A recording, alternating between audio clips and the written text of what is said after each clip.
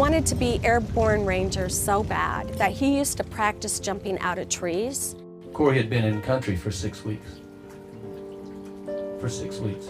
He talked to his mother on the phone 3 days before the incident happened. It was her birthday. He said, "I'm not gonna lie to you. It's dicey here." He said, "If I die here, I am okay dying, fighting for my country." He was a son. He was her pride and joy. And he was a U.S. Army paratrooper in the 2nd of the 508th Airborne Infantry. And this is his mother. It started with my son contacting me from heaven right after he was killed in Afghanistan. And he wanted me to buy a boat. And my mother and I had a very good laugh over the thought of me being a boat captain. But he kept coming to me in a dream wanting me to buy the boat, and by the 5th night, I literally sat up in bed and looked up at heaven and said, "Son, please, please, please don't make me buy this boat." But he got his way. I did purchase a boat and started taking out veterans and active duty and families of the fallen to the places he and I used to love to go to out on the water. About 10 months into it, some of the veterans, Korean, World War II, Vietnam veterans, we're talking 50+ years ago that they were on a battlefield. I noticed that some of them were still struggling with the loss of their brothers in arms, more than I was with the loss of my son, which had only been 10 months. And I'm like, what's wrong with this? I mean, what is going on here? And in researching it, I realized that when they're in theater and they lose a brother, they do not have the luxury of being able to go into the natural grief cycle and to kind of have their body go into a frozen state for a little while. And so by the time they get back to U.S. soil and could grieve, they don't want to because it's hell, and they just got out of hell.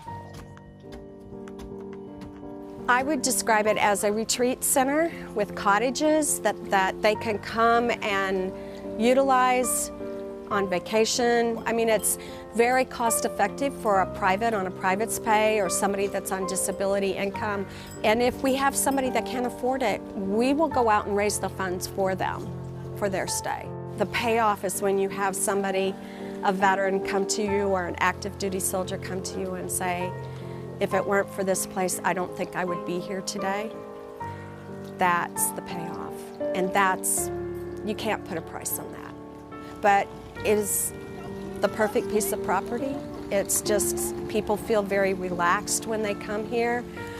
We try to set up little pocket areas around the property where they can come and just sit and listen to the water or the sounds of the dog tags or the flags flapping and just be able to reflect. You ask anybody that has lost a loved one and they will tell you that grief process is something they never want to have to go through again. Even though you do it for the rest of your life, the first several years are the hardest, only because you learn to carry the grief a little better as you move forward.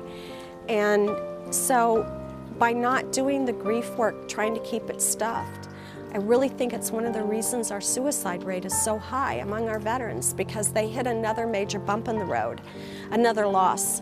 And now they're trying to deal with the grief of that, but then they're also trying to deal with the grief of their brothers in arms.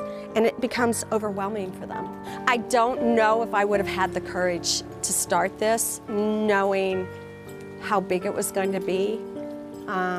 I easily put in 60 to 80 hours of volunteer time every week to this. We had spent several weeks just cleaning up the debris. And I mean, it was 8-10 hours a day, every day for weeks. 3 weeks after we bought the property, Tropical Storm Debbie hit and took the roof off. I was asking God and my son, why? I mean, I stepped off this huge ledge taking on this project here, and now you've taken the roof, and I don't understand. Did I did I misinterpret? Are you mad that I bought this property? I'm not sure. I thought you wanted me to do this. And the very next day, I got a phone call from a roofing company that said, we heard you lost your roof, and we would like to come down next weekend and put a new roof on for you. Had I gone out begging for a roof, I don't know that I would have found a roofing company to do that. But because of the storm, we got a new roof. And I think that was the lesson that I really needed to learn, was that sometimes bad things have to happen for something good to come out of it. So now when something bad happens, instead of having that knee-jerk reaction of, you know, oh my God, this is horrible, and going down that rabbit hole, I try now to say, okay, so what good is going to come from this? And start looking for the signs that are going to tell me what good is going to come from it. My son was so selfless, and he cared about everyone. And